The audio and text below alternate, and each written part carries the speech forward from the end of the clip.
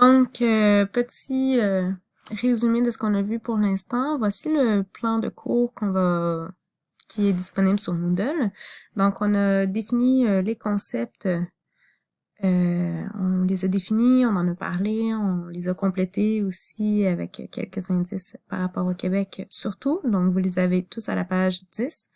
Ensuite, on a vu quels sont les facteurs de croissance de la population mondiale. On se rappelle que c'est les améliorations qui sont dues à la médecine et à l'hygiène qui fait baisser le taux de mortalité et donc augmenter l'espérance de vie. Ensuite, on a vu les facteurs qui expliquent la baisse de la fécondité. Donc, on parle des conditions socio-économiques, de l'accès à la scolarité pour les jeunes filles et également de l'élargissement de la planification familiale. Maintenant, on a également vu le point 3 parce qu'on l'a abordé quand on a parlé de fécondité et de natalité. On a vu ce que c'était la transition démographique et maintenant, on va aborder le vieillissement de la population lorsqu'on va voir notamment les caractéristiques démographiques des pays développés. Donc, on fait le point 2 et on termine le point 3. Donc, quelles sont les caractéristiques démographiques des pays en développement? Étant donné qu'ils sont au début de la transition démographique, on constate qu'ils ont encore une fécondité élevée, mais qui est en baisse selon le stade de la phase de transition à laquelle ils sont rendus. Normalement, le taux de mortalité générale et infantile est élevé, mais a commencé à baisser avant celui de la fécondité. L'espérance de vie est relativement basse, mais elle est en hausse et la population est jeune. Donc, un outil qu'on utilise de visualisation de la démographie, c'est évidemment les pyramides des âges. Vous êtes à l'aise avec ça, normalement, vous en avez déjà observé et analysé l'année dernière. Donc, voici le Niger. On a parlé du Niger tout à l'heure quand on parlait de l'accès aux politiques à l'avortement. Donc, voici un pays en développement qui est au début de sa transition démographique. On constate que la population est vraiment très jeune. On a vu que l'âge médian était de 15 ans. Alors, c'est ce qu'on constate ici. On va voir, on va utiliser le site encore une fois de l'Université de Sherbrooke. Donc, pour ce qui est du taux de fécondité que on appelle taux de fertilité ici dans la base de données de Perspective Monde, on voit qu'il y a eu, on commence à baisser depuis les années 80. Donc, ça correspond à la caractéristique qu'on a énoncée. Maintenant, on va aller regarder le taux de mortalité.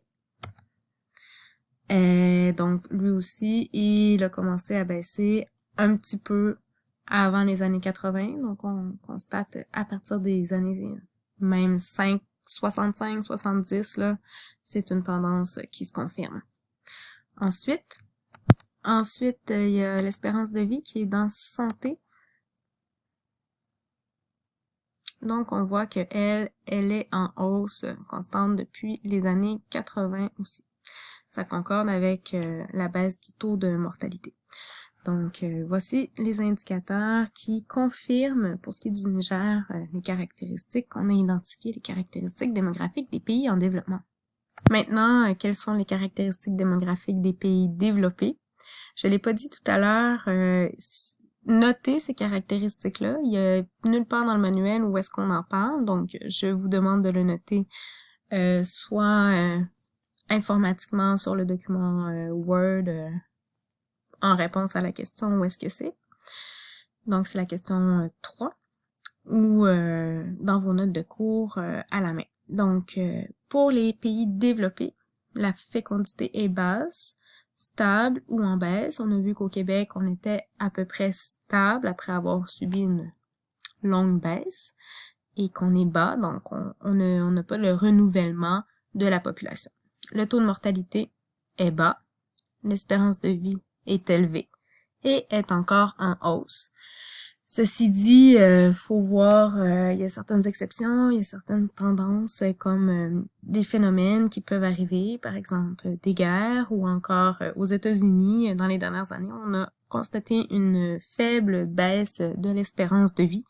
Donc, c'est principalement dû à la pression qui est exercée sur les services de santé et à la difficulté d'y avoir accès. Puis la population est vieillissante principalement à cause de cette fameuse bulle de croissance qui aujourd'hui est décalée et qui vieillit une fois qu'on est arrivé dans la phase 4. Donc, comme exemple d'un d'un pays développé, j'ai pris le Québec. C'est une pyramide des âges avec laquelle vous êtes familier. J'imagine que c'est pas la première fois que vous l'analysez, mais quand même, ça reste pertinent et intéressant. Donc, qu'est-ce qu'on constate? Bon, on constate premièrement que il y a beaucoup plus de femmes que d'hommes avec des grands âges, et ce, à partir de 60 ans. Donc, on se rappelle que l'espérance de vie est de 84 ans pour les femmes, alors qu'elle est de 80 ans pour les hommes. Ensuite, ici, qu'est-ce qu'on observe? On observe que c'est la génération des baby boomers, donc entre les années 46 et 66. Présentement, c'est la population. Regardez en termes de millions de personnes, c'est la population la plus importante. Alors, ça représente la fameuse bulle là, dans la transition démographique qui, aujourd'hui, vieillit et vieillit et vieillit. Donc, on est dans des âges de 55 ans, 70 ans. OK? Ensuite, ici, qu'est-ce que c'est le creux? C'est la baisse du taux de fécondité, la première baisse importante qu'on observe. Pourquoi il y a un regain ensuite, une augmentation du taux de fécondité? En fait, ce sont les baby boomers ici qui sont passés à l'étape de fonder des familles. Donc, on observe que c'est à peu près 20-25 ans plus tard. Alors, on se rappelle que les premières naissances dans les années 80 étaient un petit peu plus tôt qu'aujourd'hui. Alors, c'est ce qu'on voit, c'est ce qu'on observe assez. Les baby boomers fondent des familles. Et un petit peu plus tard aussi, les enfants des baby boomers vont à leur tour fonder des familles. Donc, qu'est-ce que ça a pour conséquence? Eh bien, c'est le vieillissement de la population au Québec et ailleurs dans les pays développés. Le vieillissement de la population, c'est un réel problème démographique des pays développés. C'est une raison pourquoi on veut accueillir des immigrants pour pallier au vieillissement de la population. On n'est plus capable d'augmenter le taux de fécondité, peu importe les mesures incitatives qu'on met en place, il reste inférieur au taux de renouvellement de la population qui est situé autour de 2,1. Je vous le rappelle, donc on a vraiment besoin de l'immigration pour répondre à ce besoin, ce besoin de rajeunir la population. Qu'est-ce que ça veut dire? Ça veut dire que ici, en fait, en 2011, regardez, une personne sur 6 va être à la retraite. Donc, en 2011, c'est dans le passé, oui, il y avait 5 travailleurs pour chaque retraité, alors qu'en 2031, on prévoit qu'il y aura seulement 3 travailleurs pour chaque retraité. Donc, premièrement, il va y avoir un besoin de main-d'œuvre accru, une pénurie de main-d'œuvre, et deuxièmement, il va y avoir un fardeau fiscal plus important sur les épaules des travailleurs afin de payer plus de retraités. Qui dit personnes plus âgées aussi dit personnes qui nécessitent plus de soins de santé. Quand on prévoit qu'en 2061, une personne sur 4 au Québec aura de 85 ans et plus, c'est énorme et ça va coûter très cher. Donc, qu'est-ce que ça va coûter? Comment on le voit? Donc, ici, c'est au niveau fédéral. Alors, regardez les prestations pour aînés. On prévoit qu'elles vont augmenter de plus de 2% d'ici 2024-2025. Donc, c'est un horizon très court. L'assurance emploi, bon, c'est surtout la matière de santé qui nous intéresse. Là, on est dans un horizon de 4 ans et c'est quand même 0,5% qu'on prévoit d'augmentation. Imaginez celle des aînés. C'est en termes d'argent, parce que des pourcentages, c'est assez vague. Regardez l'augmentation des gouvernementales en santé entre 2010 et 2030. Donc, ça va doubler. Alors, c'est pas compliqué. Cet argent-là, d'où est-ce qu'il va venir? On va avoir besoin du double d'argent pour moins de travailleurs actifs. Alors, quelles vont être les solutions gouvernementales? Bon, ajouter de l'immigration, augmenter les taux d'imposition, peut-être augmenter des paliers d'imposition, peut-être augmenter l'âge de la retraite. Donc, il y a toutes sortes d'avenues. On pourrait même parler d'imposition des héritages et tout ça, de redistribution des héritages. Il y a toutes sortes d'avenues.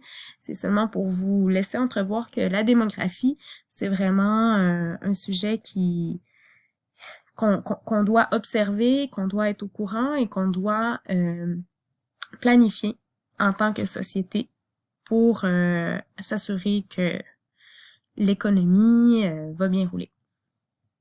Donc, quelques pyramides des âges pour terminer sur la démographie. Ici, on a le Japon, évidemment, un pays développé qui a terminé la transition démographique. On constate évidemment que la population est plutôt âgée et qu'il y a eu des baisses du taux de fécondité. Regardez, du taux de natalité, en fait.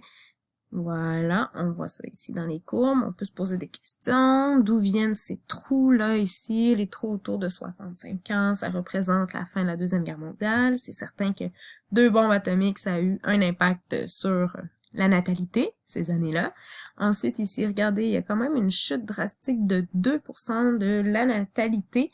En 1966, ce qui s'est passé, c'est que dans l'horoscope japonais, c'était l'année du cheval et du feu.